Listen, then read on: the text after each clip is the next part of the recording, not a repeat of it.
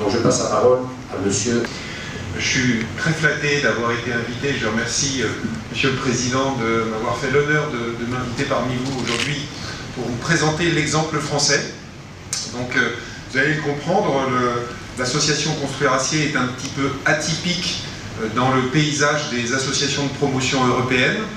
Elle a une petite particularité que je vais essayer de vous expliquer maintenant, et pour cela, il faut faire un petit peu d'histoire. Donc rapidement, je vais vous faire un petit rappel historique. Monsieur Fernandez l'a dit, nous sommes les enfants de l'OTEA, l'Office technique pour l'utilisation de l'acier, qui est fondé, cet organisme est fondé en 1928, association de type 1901, donc à but non lucratif, et elle travaille absolument dans tous les domaines autour de l'acier. Vous le voyez, l'aéronautique, ça va de la petite cuillère à l'avion, en passant par la construction, l'électroménager.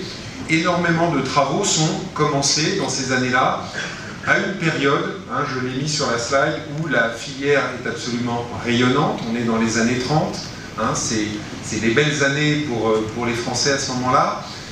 Nous sommes issus, en plus de la génération Eiffel, nous avons eu de grands entrepreneurs et de grands constructeurs métalliques en France, dont Gustave Eiffel était le fer de lance. Gustave Eiffel qui a été le père fondateur du syndicat de la construction métallique de France.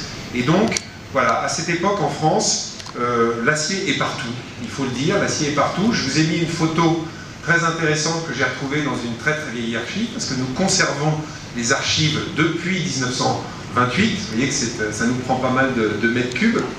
Et cette photo représente une exposition en 1939 à Paris, exposition universelle organisée par l'OTEA et les pouvoirs publics, donc co-organisée avec les pouvoirs publics. Vous avez en face, au milieu de la diapo, le palais du Trocadéro, rive droite et rive gauche, l'ensemble des bâtiments qui avaient été construits pour l'Expo universelle et qui s'étendaient tout au long de la Seine et sur le Champ de Mars devant la Tour Eiffel.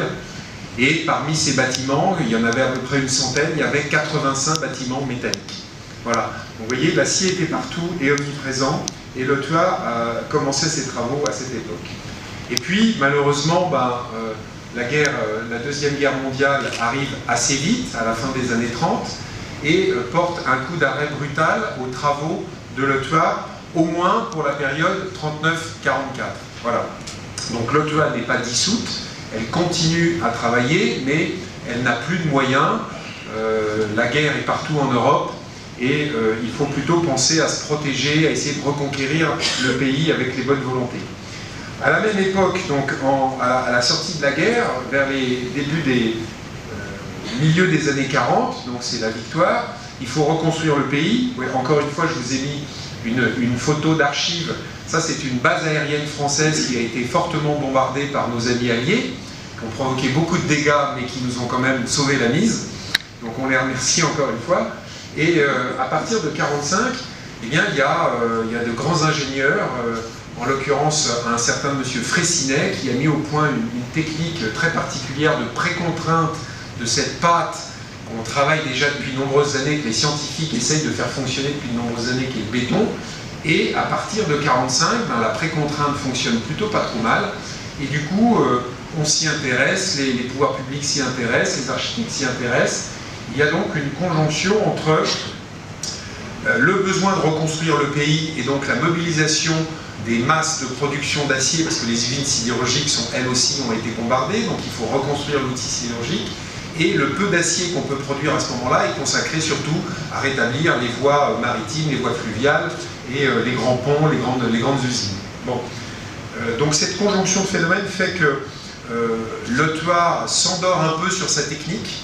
À cette époque, quand je vous parle de l'OTEA, c'est des bureaux boulevard Haussmann, un quartier très prestigieux à Paris, une cinquantaine d'ingénieurs, un conseil d'administration composé d'honorables présidents de grandes sociétés françaises. Et l'acier fait de la technique, beaucoup de recherche. Ça va donner de nombreuses années de recherche. Et je dirais que, presque un peu malheureusement, l'OTEA va rater le train de la communication. Je vous ai mis un petit récapitulatif des logos. Vous voyez, le premier logo historique de l'OTEA, c'était vraiment les gens de la forge, c'était vraiment les sidérurgistes qui avaient lancé cette association. Et puis en 93, l'Otua se modernise légèrement en changeant de logo. Et la vraie transformation dont je vous parlais en préambule de mon intervention, c'est 2008, puisque en 2008, en fait, la filière acier française ne réagit absolument pas à une mini-catastrophe médiatique qui est la ruine d'un bâtiment métallique en construction sur l'aérogare de Roissy-Charles de Gaulle. Un bâtiment tout à fait iconique, un nouveau terminal pour accueillir de nouveaux avions. À cette époque, la charpente métallique qui est en construction s'effondre. Heureusement, il n'y a que des blessés légers, aucun mort. Et à cette époque, les médias titrent « La faute à l'acier, l'acier s'est effondré, l'acier s'est écroulé, l'acier est dangereux ».